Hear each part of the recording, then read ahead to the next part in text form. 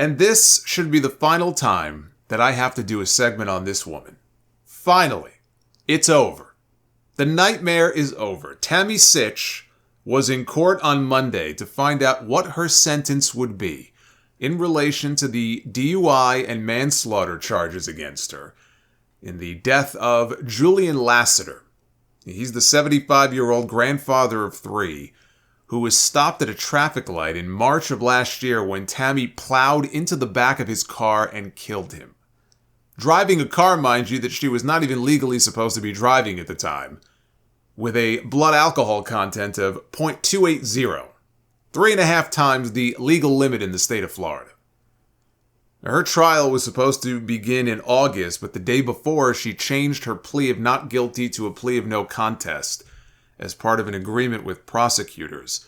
The only thing left to find out would be whether or not the judge would give her the maximum sentence of more than 25 years behind bars, which is what prosecutors had been asking for and what the family members of the man that she killed had asked the court to give her.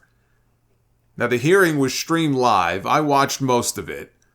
The defense called a series of witnesses, forensic psychologist and a neurological psychologist, to testify on her behalf. They claimed that her executive functioning in areas related to the frontal lobe of her brain showed her to be severely impaired.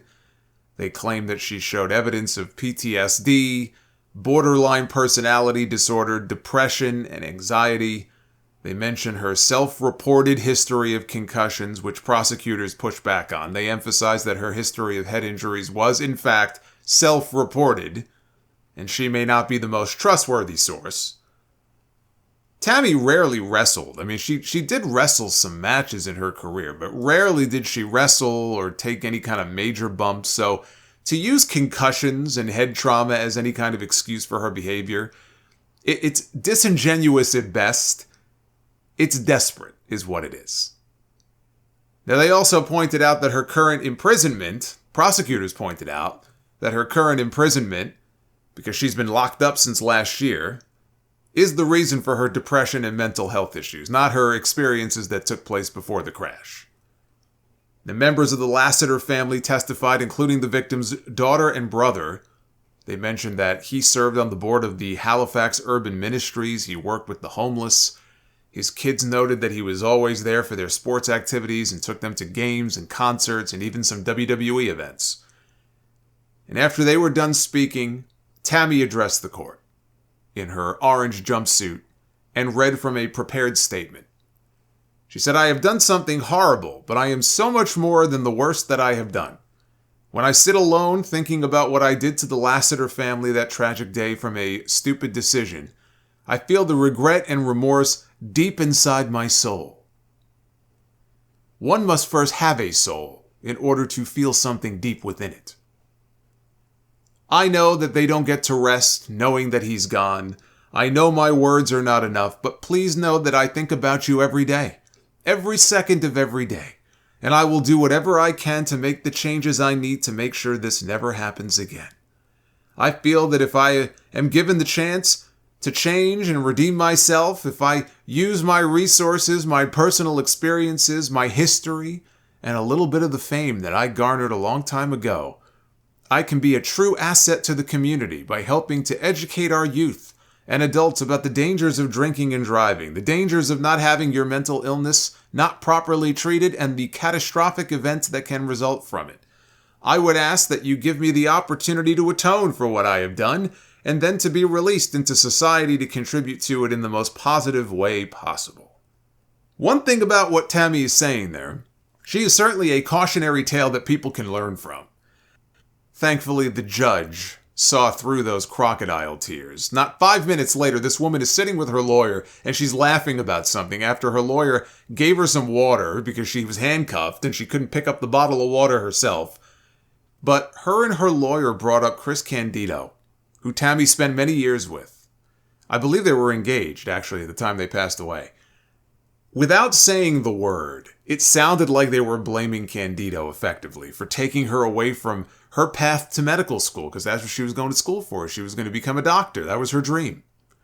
And so instead, she got pulled away from that And, his dream of being a professional wrestler took precedent, and that's what got her into the business, which it did. That's how she got into pro wrestling. But the way this was talked about, the way that this was brought up, and the way it came off was like they were blaming him for all the shit that she ultimately ended up getting involved in.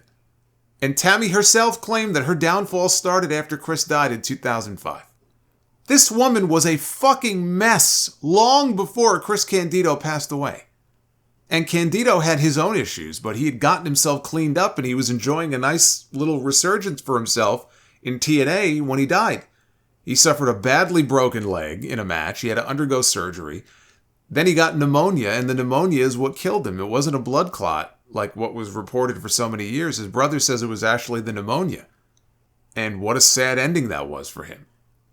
I'm sure that didn't help Tammy's mental state, but to leverage Candido as an excuse for why she is the way she is, that's why we were hearing about this. They're throwing the kitchen sink here. They're trying to get her whatever sympathy they can get. Brutus the Barber Beefcake's wife, Melissa, was scheduled to testify on Tammy's behalf, but she was a no-show. Maybe he was giving her a haircut. Then it was time for Judge Foxman to render her decision. Under the charge of driving with a suspended license and causing death or bodily injury, Tammy was sentenced to 10.6 years in prison, with credit for the 566 days she's already served. On the DUI manslaughter second-degree felony charge, she was sentenced to 7 years in prison. On the 6 misdemeanor charges against her, she was sentenced to another 364 days, to be served concurrently with her other sentences. She was also sentenced to 8 years of probation following her incarceration and was ordered to undergo substance abuse evaluations. And the judge called this case a fairly egregious one, given that Tammy admitted to drinking vodka and there was an open bottle of vodka in the car at the time of the accident. So 17 years in prison without parole, because there is no parole for people convicted of a crime in the state of Florida. They abolished that back in the 80s. And she will have to serve a minimum of 85% of her sentence to be eligible for early release, which would be around 14 years, a little over 14 years, would be the earliest that she could get out. Her lawyers now have 30 days from last Monday to file an appeal. Her driving privileges have also been revoked for life. She wasn't supposed to be driving in the first place, and that didn't stop her from getting behind the wheel and killing someone, which is why she had to be off the streets. It wasn't enough to just revoke her license and say, you can never drive again. It wasn't enough to require her to have an ignition interlock device. She was supposed to have one of those too, and she didn't.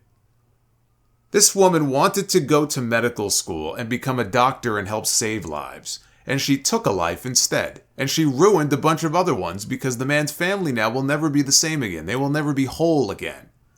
They were disappointed with the sentence. They wanted her to get the max. I did too, but I actually didn't expect it. I would have been surprised if they would have thrown the book at her and given her the max.